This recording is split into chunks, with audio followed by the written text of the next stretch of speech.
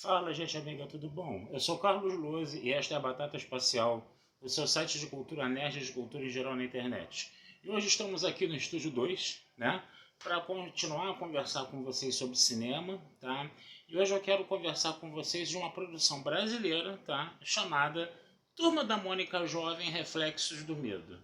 Bom, pelo título vocês já perceberam que é mais um filme, né, da Turma da Mônica, mais um filme lá dessas criações do Maurício de Souza que alfabetizaram tanta gente, né? É uma coisa muito importante de se falar isso. Eu me incluo nesse grupo de pessoas que foram alfabetizados, né, pelo Maurício de Souza, né? Então sempre existe um carinho muito grande por parte de muitas pessoas, né, com relação à Turma da Mônica e com relação aos filmes, né? Agora, o que acontece? É a Turma da Mônica jovem, não é mais aquela Turma da Mônica original, né?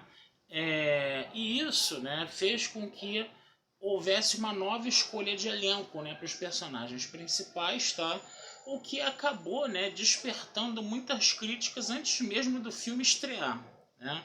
E aí o que vai acontecer? Essa estreia foi antecipada, né, até para acalmar um pouco esses críticos aí, para ver o que aconteceria, né, no caso, né?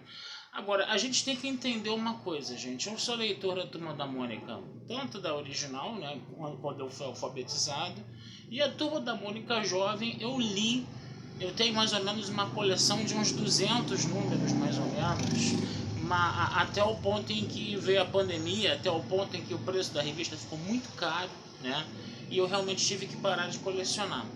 Mas o que acontece? Eu tive uma leitura da Turma da Mônica jovem, entendeu? Para poder, pra gente poder conversar sobre esse filme aqui. Eu tenho um certo conhecimento da leitura da Turma da Mônica jovem, tá? E ela é, obviamente, diferente, né, da Turma da Mônica original, né? Até porque o público é outro também, né? Então você tem que realmente fazer outros tipos de história que são para um outro público e para uma outra época também, né? Então a gente tem que sempre entender isso, né? Porque os mais puristas sempre vão criticar, porque vão querer aquela Turma da Mônica lá de 1970, 1980. E, gente, sinceramente, às vezes, né, ainda mais quando você bota eles num extrato adolescente, né, fica mais difícil de você fazer isso. Mas vamos falar do filme, né? Vamos falar do filme, lembrando que eu vou dar 1000 spoilers aqui, tá? Se você ainda não assistiu o filme, para aí, vai lá assistir o filme, entendeu? E volta aqui para depois ver a nossa conversa, tá? O filme começa, né, com a Turma da Mônica, né, indo pro ensino médio, pro primeiro dia de aula do ensino médio, né? Num colégio top, né? No colégio que toda a cara de colégio particular ali que é top, né, no caso, né? E o colégio ele tem um museu, né, ali do bairrozinho deles, né, que é um bairro fictício, né, chamado Limoeiro, né? Nada a ver com aquele que tem lá nada a ver com aquela cidade que tem lá em Pernambuco, a ver com aquela cidade que tem lá em Pernambuco, né? Mas o que acontece? O que acontece? Foi descoberto, né, que a escola está sem recursos para manter o museu e o museu vai ter que ser leiloado, né? E aí, né, a Turma da Mônica fica indignada com isso, né? E começa a querer montar um grêmio, fazer uma campanha para manter o museu em pé, coisa e tal. E eles vão, né, meio que investigando as causas, né, dessa falência do museu, né, da necessidade de você fazer o leilão desse museu, né, no caso. A Magali pertence a uma espécie de ordem secreta, que é a ordem das cozinheiras, né? E, inclusive a tia Nena, né, que é a mulher que ensina a Magali a cozinhar, até nas revistas em quadrinhos mesmo, né, que é interpretada pela Eliana Fonseca, né? Ela até com saudade dela, foi legal ver a Eliana Fonseca na telona de novo, né? A Magali ela era meio bruxa ali também, né? As receitas tinham um negócio, tinha um toque de magia, de bruxaria, alguma coisa assim, né? E essa vai ser a porta da entrada para você desenvolver história, né? Vai se criar o professor Licurgo, né? Que é muito bem interpretado pelo Matheus Solano, né? O professor Licurgo é o seguinte, né? Lembra do Louco, né? Que ficava sacaneando o Cebolinha o tempo todo nas histórias da Turma da Mônica original? Na Turma da Mônica Jovem, ele é o diretor da faculdade, da escola, né? que a Turma da Mônica estuda, né? E toda hora quando dizem que ele parece louco, ele começa a gritar, eu não sou louco, eu não sou louco, mas ele é o louco, tá? E aí o que acontece? A gente está vendo aí esse personagem tão icônico, né? Sendo interpretado por dois baitas atores, né? A gente já viu o... Meu Deus do céu, me escapou o nome dele agora, né? Tá? Mas é aquele ator brasileiro que fez os 300, que está fazendo carreira no exterior, que fez carreira no exterior, né? Que fez o Xerxes no 300, né? Esqueci, Rodrigo Santoro, né? Ele realmente ali fez um louco muito bom, tá? E agora o Matheus Solano também está fazendo um louco ótimo nesse filme, então, o Professor Licurgo, no caso, né? E aí eles vão começar a investigar a situação, o professor Licurgo tinha alguma coisa a ver com isso. O professor Licurgo tinha um professor chamado Lindolfo, muito antigo, né? E esse professor Lindolfo, ele vivia dentro de um espelho. Ele é meio que uma assombração, né? Que puxa as pessoas para dentro de um espelho, né? De um mundo espelhado, né? E as pessoas ficam no mundo real completamente fora do ar, né? Enquanto que as pessoas ficam realmente presas nesse mundo do espelho. E a Turma da Mônica vai sendo gradativamente sugada para dentro desse espelho, né? E cabe a Magali, né, fazer o retorno desse espelho, né, fazendo lá os paranauês, as mágicas malucas dela lá, né, para tirar as pessoas de dentro desse espelho. Mas existe uma entidade que vem ao mundo real, que tem um balde na cabeça, né, a Turma da Mônica, né, gente? Que vai sequestrar essas pessoas para levar essas pessoas para o espelho, né? Então o que acontece? O desenho, o filme, ele acaba tomando um tom de filme de suspense e até um pouco de terror, né? Que é mais ou menos, né, a toada de algumas histórias da Turma da Mônica Jovem. A Turma da Mônica Jovem tem algumas histórias que às vezes elas são desenvolvidas em 2, 3 volumes da revista, né? E são histórias que têm uma densidade maior, entendeu? Elas são mais elaboradas, entendeu? Elas têm um roteiro mais elaborado com relação a isso, né? E esse filme, ele meio que pegou essa toada aí, né? Tanto que o filme deixou um gancho para uma continuação, tá, gente? Vamos ver se vai rolar, né? E o que acontece? Eu não sei se de repente o público tradicional da Turma da Mônica Jovem vai gostar disso, né? Perdão, o público tradicional da Turma da Mônica vai gostar disso. Quem tem uma leitura da Turma da Mônica Jovem vai se identificar com o que leu nas revistas. É uma história que realmente tem essa toada da Turma da Mônica Jovem mesmo. E é um filme da Turma da Mônica mais diferente, por quê? Porque os 2 primeiros filmes eles foram mais para apresentar a Turma da Mônica, né? Então ela quer a coisa mesmo dos quadrinhos antigos, uma coisa bem prosaica, entendeu? Uma coisa bem bonitinha, bem...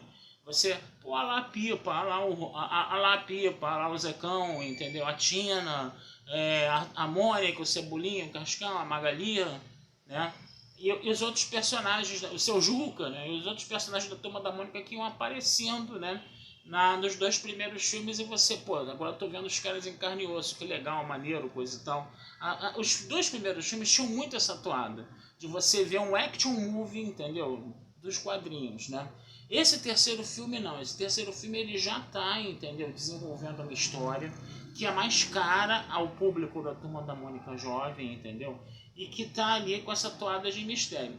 O problema é que eu achei, não sei, cara, eu não sei se foi uma falta de atenção minha, mas eu achei a história elaborada demais, entendeu? Eu achei a história um pouco complexa, um pouco intrincada demais, entendeu? Até para o tipo de público, né, que vai ver mais esse filme, que é o público infanto-juvenil, que são as criancinhas mesmo, né? Então, para as criancinhas fica realmente um pouco difícil de acompanhar tudo, né? Mas de qualquer forma, né? Mas de qualquer forma eu acho que valeu a experiência, que agora você está vendo uma Turma da Mônica nova ali, entendeu? Novos atores, entendeu?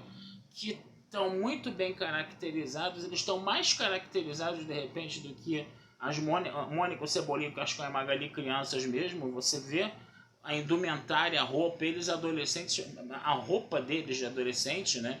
Parecia muito mais próxima da Turma da Mônica original. Você viu um vestidinho vermelho na Turma da Mônica, na Mônica, né? Todo justo lá. Aliás, essa atriz que fez a Mônica, eu acho que foi a atriz que mais pareceu com a Mônica realmente, tá? Talvez mais até do que nos outros filmes, tá? Eu achei essa atriz muito boa, tá? A menina que fez a Magali também, ela tá bem fisicamente pro papel. Eu tava vendo a Magali realmente ali, entendeu? E agora o Cebolinha e o Cascão eu já... Entendeu? Eu já não achei tanta coisa assim. O Cascão um pouco melhor, porque o Cascão da Turma da Mônica Jovem, ele faz parkour, né? Fica fazendo aquele alpinismo urbano, né? E o Cascão da Turma da Mônica Jovem do filme também fazia, entendeu? O Cebolinha, eu vou ser bem sincero, gente, eu achei o mais fraquinho dos quatro, entendeu? A Mônica foi a melhor, junto com a Magali, depois vem o Cascão, depois o Cebolinha foi um pouco mais para baixo. Desculpem a sinceridade, tá? Vamos ver se ele melhora, né, nos próximos filmes, tá? Agora, os melhores ali, obviamente, foram Matheus Solano, né? E Eliana Fonseca também um pouquinho, embora ela tivesse um papel mais deslocado no filme, ela não aparecesse sempre. Então, o Matheus Solano apareceu mais. Gente, de qualquer forma, foi uma experiência interessante, tá? É aquela coisa, é um filme diferente dos dois primeiros. Você não pode ir ao cinema, entendeu? Esperando ver mais do mesmo. Agora é um filme que já tem uma outra revista, é uma outra mídia, uma outra elaboração das histórias, dos textos, entendeu? E eu acho que vale a pena você assistir. Tem problemas o filme? Tem. Esse roteiro elaborado demais, às vezes pode confundir um pouco a cabeça dos outros. Então você tem que ficar um pouco mais focado nas cenas de ação mesmo e na caracterização dos personagens, tá? Agora, o filme realmente ele pega muitos pedaços, né? Tem a parte do Licurgo, tem a parte da Magali, o Cascão tinha um tio que fazia pesquisa, você tem que ligar todas essas coisas para poder entender a história, entendeu? Então o roteiro acho que ficou um pouco intrincado demais até para o público infantil, né? Eu, por exemplo, não consegui pegar tudo, entender tudo que estava ali. De repente também eu fiquei... desviei a atenção um pouco do filme, coisa e tal, isso acontece também. Mas, sabe, eu achei o roteiro um pouco intrincado. Eu acho que a coisa poderia ser um pouco mais simples, né? Até por causa do público que esse filme procura atingir, né? Que não é só um infantil, de repente é o público adolescente também que lê a Turma da Mônica Jovem, né? Eu acho que de repente você tem essa aposta aí também no filme, claro, né?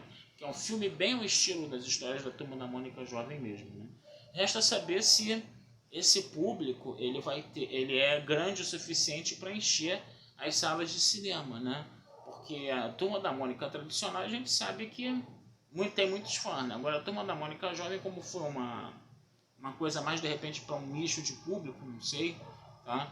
De repente o público não seja tão grande, né? E vamos fechar aqui, né? As pessoas estão lendo cada vez menos, né?